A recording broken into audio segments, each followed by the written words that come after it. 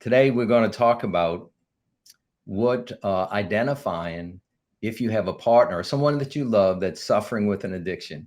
And we're not only going to do that by looking at some of the typical physical signs that go with that, we're also going to look at some of the behavioral signs, but we also, towards the end, are going to give you 3 recommendations that are going to be helpful for you so that you can not only take care of yourself, but you can love and take care of the one that's suffering with the self-destructive behavior. So today we're going to answer the question for you: is my partner an addict? I'm Dean Sunseri. This is my wife, HollyKem. Hi, good morning. We both had a lot of experience dealing with this over the years, right? Yeah. What kind of experience have you had? Well, my first husband suffered with addiction, myself, and lots of people that I love suffered with addiction. I mean, I'm 61 years old, so in those days, that was unfortunately the recreation thing that we had gotten into, and it bit us. Yeah. Yeah. And if I could brag about you for a second, Mm-hmm. for years and years, she has helped so many people suffering with addictions. And she's also helped so many family members and spouses.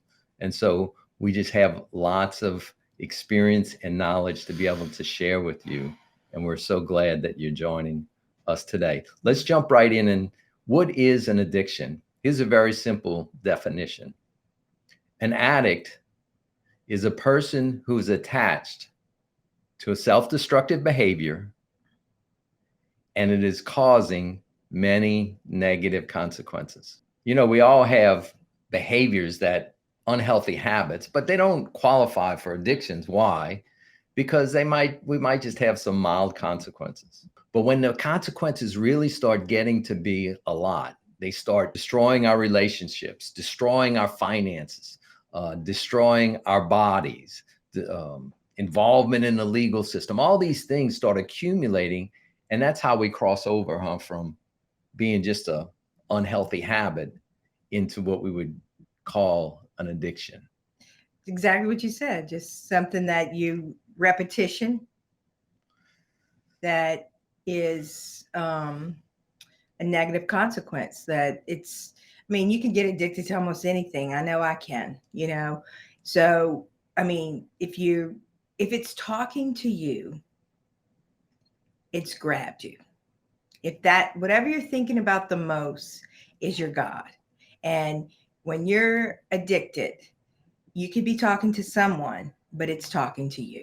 Yeah. You're not listening. You can look like you're listening. You can pretend you're listening, but your mind is on how I'm going to get there, how I'm going to get the money, how am I going to get away from you, how am I going to figure this out to get to that substance or that behavior, how I'm going to get to the casino, how am I going to get to the bar so I can drink. It's your mind is on that. And unfortunately, a lot of times we have, well, not fortunately, all of us have, in that addictive modality, we have limits. Like, I can only drink after 5 o'clock. I can only drink after work. I can only drink on the weekends. I can only drink here. So we put these limits that we think if I'm only gambling on Saturdays and Sundays, if I'm only gambling, I don't miss work, then I'm not an addict. Yeah, and that's a real key in terms of being in a relationship with someone. Yeah. Is that you just have a sense that they're checked out with you and they're checked into something else. Yeah. And they may be there physically, but it seems like their mind is constantly running towards something else. And it almost feels like a betrayal if it's a marriage. It almost feels like an affair, but I don't know who they're having an affair with. Well, it may be a substance. Right. Or it might be a behavior. Right.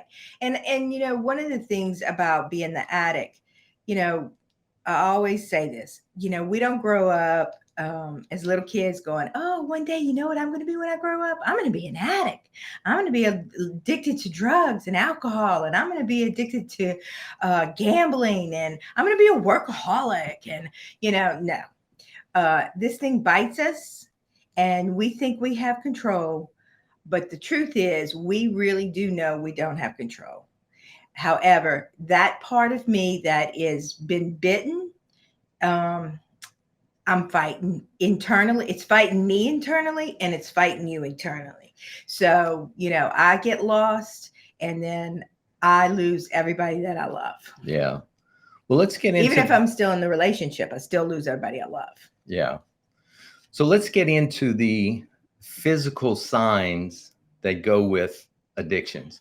Now, we're talking about all kinds of addictions, but some of the things to look at. One of the things is an increase or decrease in weight over a fairly short period of time. Yeah. Depending on the drug or the substance, or even the behavior, it might be increasing it, it might be decreasing it. The second one is a decrease in self-hygiene.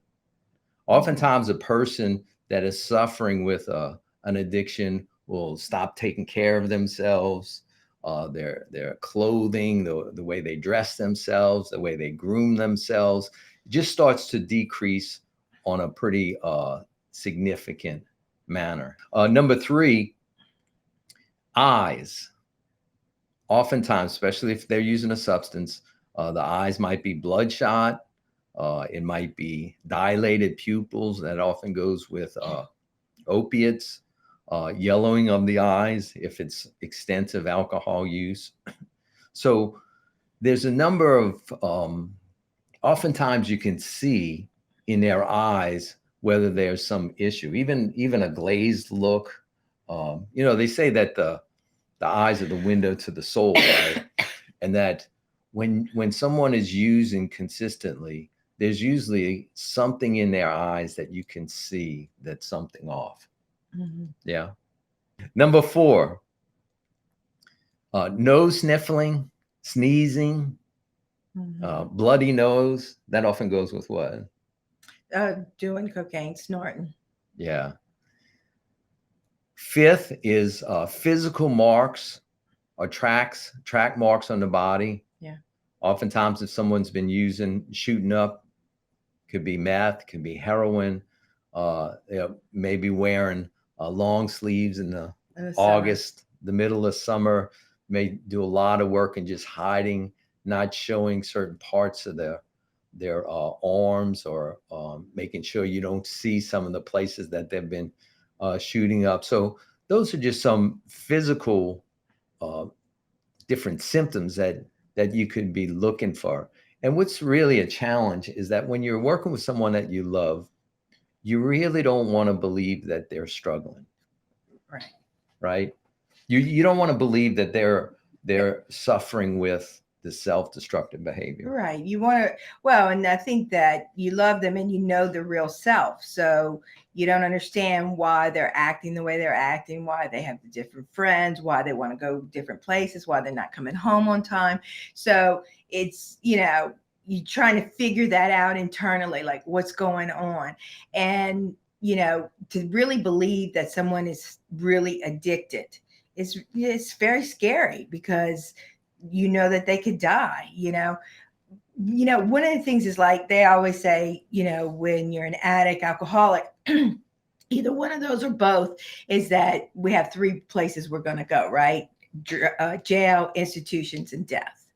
And death a lot of times means that I'm dead to who I was. Yes, we know that fentanyl's out there right now, and if you touch it, you're gone.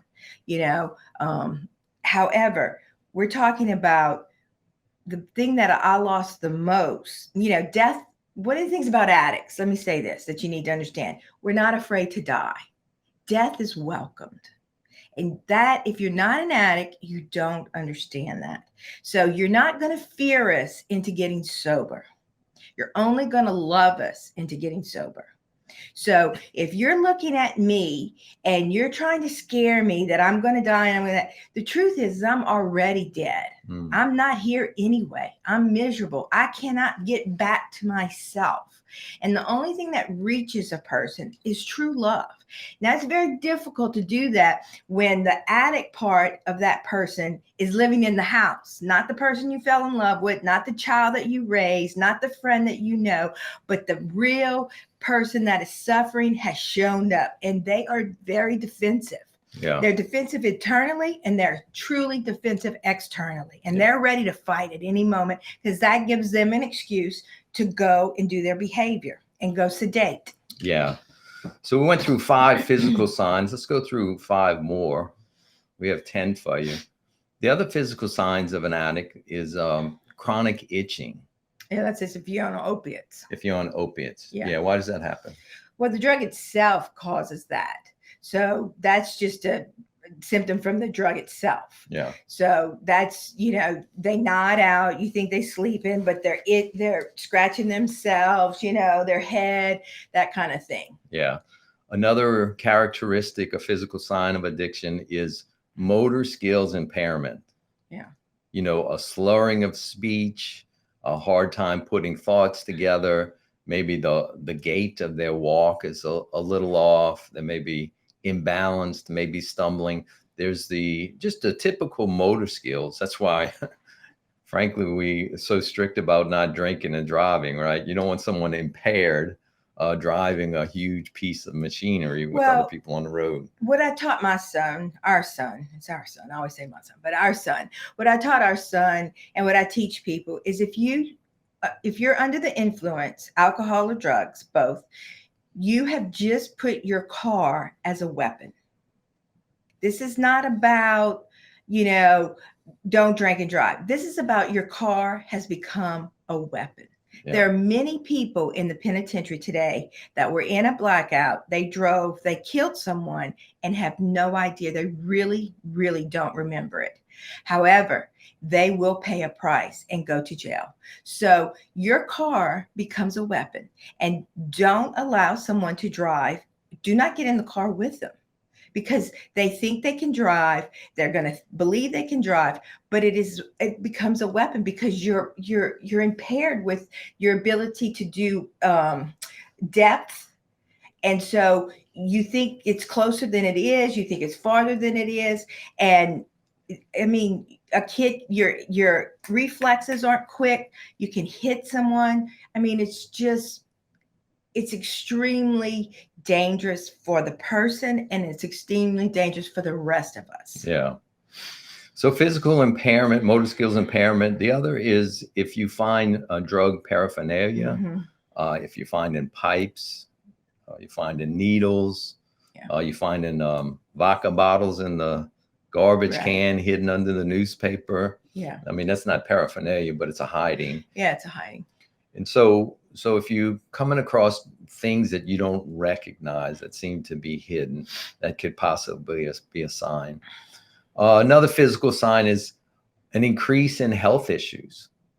Yeah. Health issues begin to dominate, and that ties into number 10, which is dental problems, rotting of the teeth. Mm-hmm. But what we do know is that when someone's struggling with an addiction, they are having negative impact on their body consistently. Yes.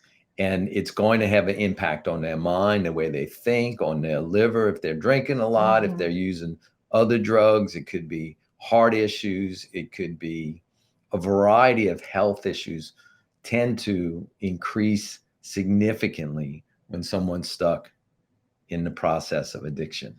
Yeah, there's a lot of consequences, and they last a very long time. Yeah. So it's, it's something that is very unpleasant to recognize. It's something unpleasant to live in. It's very scary, because who wants to believe that their child's suffering from this? Their husband, their wife, their sister, their brother, their mother, their father. I mean, your best friend. This is not something you want to deal with. However, it's the love that you have that you're willing to risk to reach out. Yeah. And the first thing you want to do is you want to learn first. I mean, you don't want to be calling people an addict and this and this, And when we didn't even talk about an addict, a workaholic, being addicted to work. That's another show. Yeah, that's another show. We'll get there. Sorry, my mind's moving. Well, Mama Kelly asked a good question. Oh, good. She said, "What about weed?" Okay. And that's really a good question. It is a good question. What we've learned, not that long ago, actually, of course, I smoked marijuana forever. And when I was using, and in those days, it was 5 to say 5%, 10% THC inside the marijuana. Today, the marijuana that they're buying at these shops, it's not regulated, the THC, and a lot of it's coming out 90%, which is causing huge it's causing paranoia breaks, and psychotic breaks. And these psychotic breaks, we're kind of seeing what's happening. So they're starting to do some research on that. But marijuana is still a sedation. You know, the difference between marijuana and alcohol and say heroin, cocaine, an opiate, and that is that the opiates, the cocaine, the nicotine, the sugar has an addictive modality within it, like a Xanax.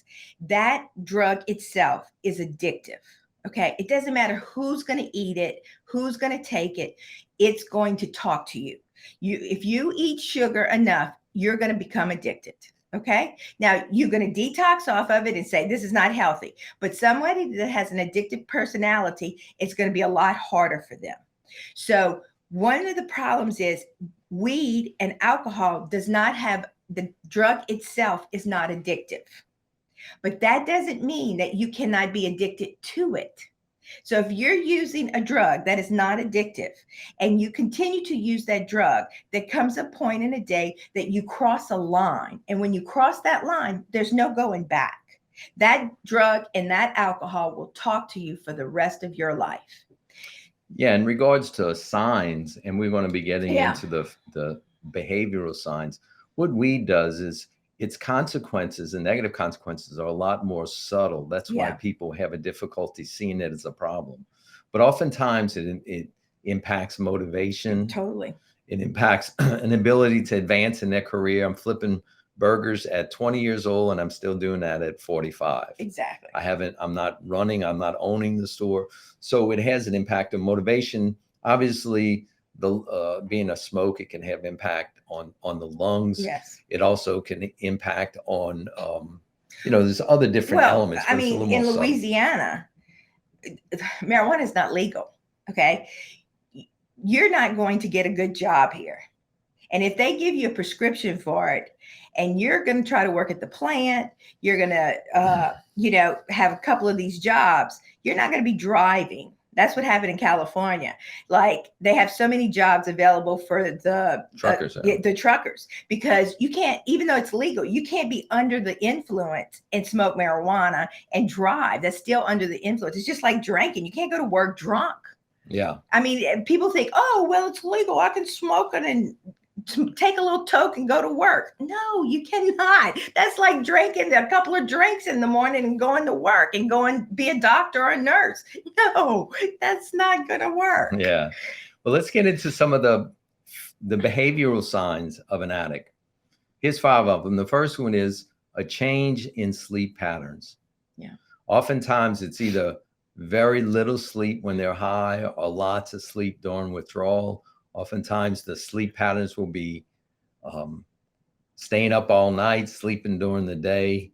You just need to be sensitive to if there's been a marked shift in the sleep patterns of the person that you love. It may be an indication that they're struggling with an addiction. The second one is acting secretively and suspiciously. Yeah. Yeah, just acting in ways that I'm not telling you where I'm going, disappearing for periods of time, hiding out, not answering their phone, not answering, going to the garage and staying there for a period of time and coming back. I'm doing a project. You never see the project. Well, and one of the things too is that in this, speaking of marijuana, it's causing lots of paranoia. So that in the sense, when I say paranoia, like cocaine causes lots of paranoia. Okay. But this, marijuana used to just mellow you out, but because of the high THC levels, right, it's creating paranoia, which is really a whole new phenomenon. Yeah. And it's like they're suspicious of everyone. when I say paranoia, like, the cocaine, we used to go through the window, look outside constantly. We thought we saw people that were coming after us. Okay.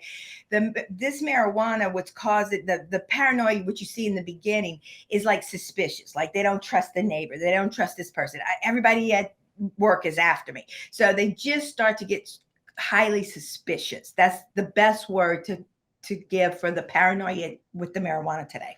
Yeah. So there is acting secretively and suspiciously. Third, a lack of interest in normal things that they liked. So let's just say they loved cooking, they loved baking, they loved visiting their relatives. All of a sudden, they don't like to bake anymore. They don't like to do this anymore. It's, they always had their room tidy and, like everything color coded. Next thing, they could care less, but they've been that way their whole life. Yeah. And, they have their best friend and, she's just not fun anymore. Well, you've liked her for 15 years. Why isn't she fun anymore? Yeah. Yeah. Number 4, abrupt mood swings. Yeah. Dean, he's so calm and mellow. I've never seen him get that angry before over that. There's oftentimes just really quick mood swings that seem to be unexplainable. Right. Number 5, change in relationships. It's huge. Their friends change. They don't call their friends anymore. Let's just say it's a guy and he loves the Saints. Not interested in the Saints anymore. Had Saints tickets, sold them to a friend, or gives them away. Doesn't even go. Has a whole nother. He watches it at the bar now, or he goes to his friend's house to do it. So it's those kind of things that. Yes, relationships change. We know that. And it does, but it's a real difference where the dress, everything is real kind of sharp. Yeah. It's kind of sharp.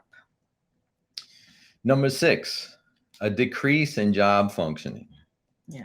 Oftentimes they're struggling to get up, sometimes to get to work. The production is going down. There's sometimes complaints from the boss saying, where have you been? That often accompanies that. Number 7 is drug use or drinking becomes the primary preoccupation. Yeah.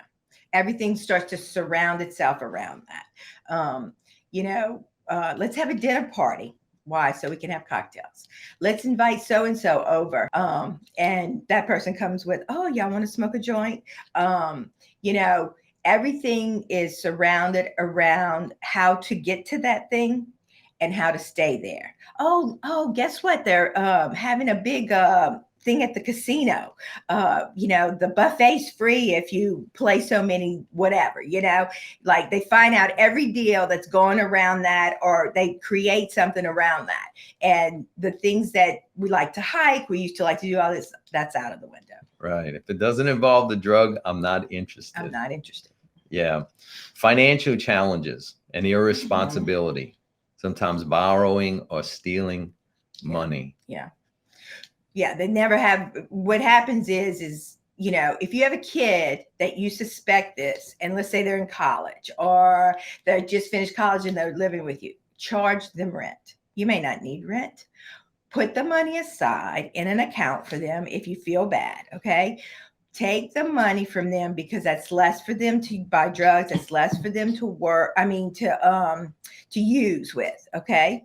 So, it becomes, if they're making, however much money they're making, and all of a sudden they can't pay their car note, they can't pay their car insurance, those kinds of things. Where's the money going? They have to be accountable for it. They've been able to do it for all this time. Now, all of a sudden, where's it going? Because drugs are highly expensive. I know you might not know that, but they're highly expensive. Yeah. Number 9 out of 10, family withdrawal. Oftentimes withdrawing from you if you're a partner or a spouse, withdrawing from the children, withdrawing from extended family, not going around, not making some of the typical social events that they normally participate in. So that's 1. And number 10, unexplained absences from work or home and broken promises. Yeah. Well, and I mean, I know for myself, when I was in the height of my addiction, there was no Christmases. I didn't go to Christmas. I didn't go to anything. I missed everything because my whole world was around drugs and alcohol. And, I mean, we sold the house and spent all the money from that house on drugs, which was like $57,000 in 9 months. So you might be insanity. identifying some of these characteristics in someone that you love. Yeah. Does it mean that they're an addict? No, it may No. not be. It may be a mental health issue. There's a lot of crossover with that, but it might be that they're struggling with some type of addictive behavior. So the question becomes for you, what do I do if I have someone that I love that has this self-destructive behavior that they're suffering with? Yeah. And so we're going to give you 3 recommendations right now about what you can do to not only help yourself, but help the one that you love. So let's get into those recommendations. Number 1, you need to educate yourself on addiction. Yes. You have to read books. You got to, like today, commend you. Yeah. You got to look at videos. You have to seek out ways of starting to educate yourself on what is addiction, what are the characteristics, just like we're doing today. The more you know, knowledge is power. The more you know, the more you will know how to handle and how to interact with the person that's suffering. And just to say that this is not easy. I mean, you're fighting something that kills people. Yeah. And they're not afraid to die. So this is huge. Okay. You really want to study. You don't want to go in, you don't want, if your kid has cancer or someone you love has cancer, you want to understand what's happening to them because you love them so much. You really want to understand this because it's going to take you down as well. You're just going to think you're crazy. So you really want to study. Yeah. And that was a time when I was learning about addiction, dealing with that in some relationships. And I read a couple of books that really helped me out and helped me understand how to work with it, how to behave with the person, how to love the person, and how to help them get some help and how to take care of myself. Look, we have two books that we're going to recommend to you as resources to educate. One is Melody Beattie wrote a book way back when called Codependent No More. That's great. And it's had over 5 million copies. We would highly recommend that if you're in relationship with someone who's suffering. It'll help you really set proper boundaries and do all kinds of things. Excellent. The other book, yes, Roadmap to the Soul. Yes. That's the book that HollyKem and I wrote together. But really why it's so helpful in this context is that it can help you understand the inner life of someone that's suffering with an addiction. Yeah. And help you understand yourself because we can become addicted to them. Yeah. And that becomes scary. So we have links in the description down below if you're interested in either of those, and really encourage you to get those if you really feel like you need to increase your education about it. So that's the first recommendation we have for you. Our second one is this: get an outside perspective. When we're dealing with someone that's in an addictive system, oftentimes that whole system is being impaired and has a certain level of minimization, what we would call denial. And that it's when you start to get an outside perspective, you need to get someone outside of the system to be able to help you with that. We have a couple of suggestions for that. One is you could see a professional counselor, not just a professional counselor, but one that's trained in substance abuse. There's a lot of counselors out there that are actually clueless about how to deal with addiction. That's right. Many of them I'll say, since HollyKem and I are trained in that, we get referrals from other counselors. And they'll call and tell us, look, I don't know nothing about this. I don't want to deal with this. This is way past my pay grade. And therefore, I'm referring them to you. So know that you want to make sure you find a professional, but may ask the qualifying question. Are you familiar with substance abuse and treating substance abuse And are you familiar with addiction? The second outside perspective is perhaps a pastor, a minister, a priest that's that you're connected to, that can give you some outside perspective and resources. The third resource that can be really helpful is most cities or regions have a local council on alcohol and drug abuse. Yeah.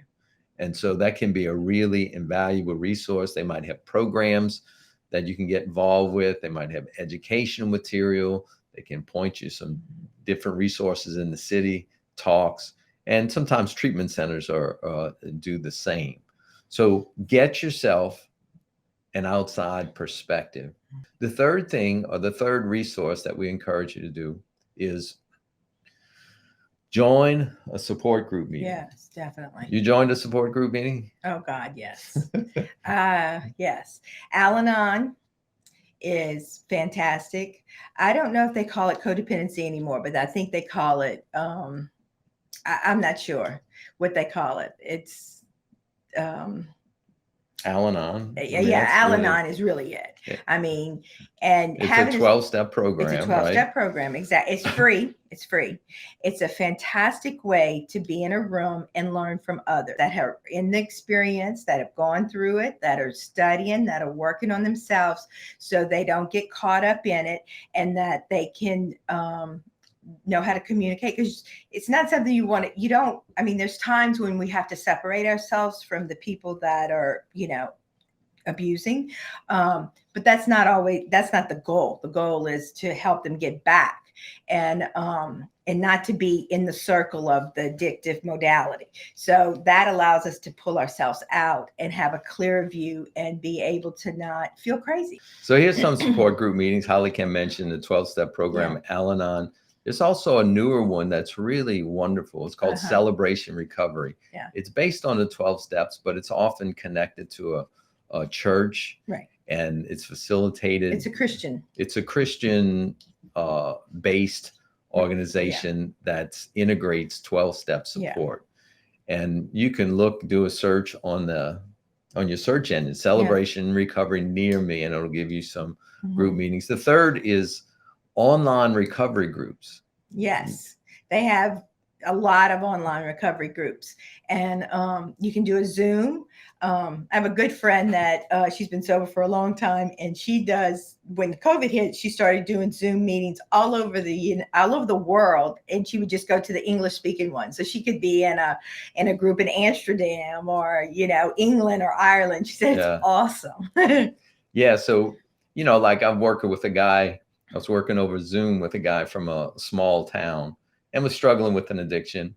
And he wasn't interested in everybody in the small town knowing that he had an addiction. So I got him connected to online support group meetings, and he really took off with that. It was so helpful for him, gave him the support that he needed to stay on track. And so that's a really important resource that we have today that we just didn't have, you know, 20, 30 years ago, the same level. So access and look up for support group meetings online, and we encourage you to get involved with that. We also have some helpful videos for you. We have one called How to Set Boundaries with an Alcoholic or an Addict, and it goes through some steps on setting boundaries. We also have one that's called Help an Addict, 5 tips to help someone with an addiction. So keep your learning going, keep understanding, keep your education going, and click on one of these videos if it seems like it's something that would help you, and we will see you in the next video. Yes.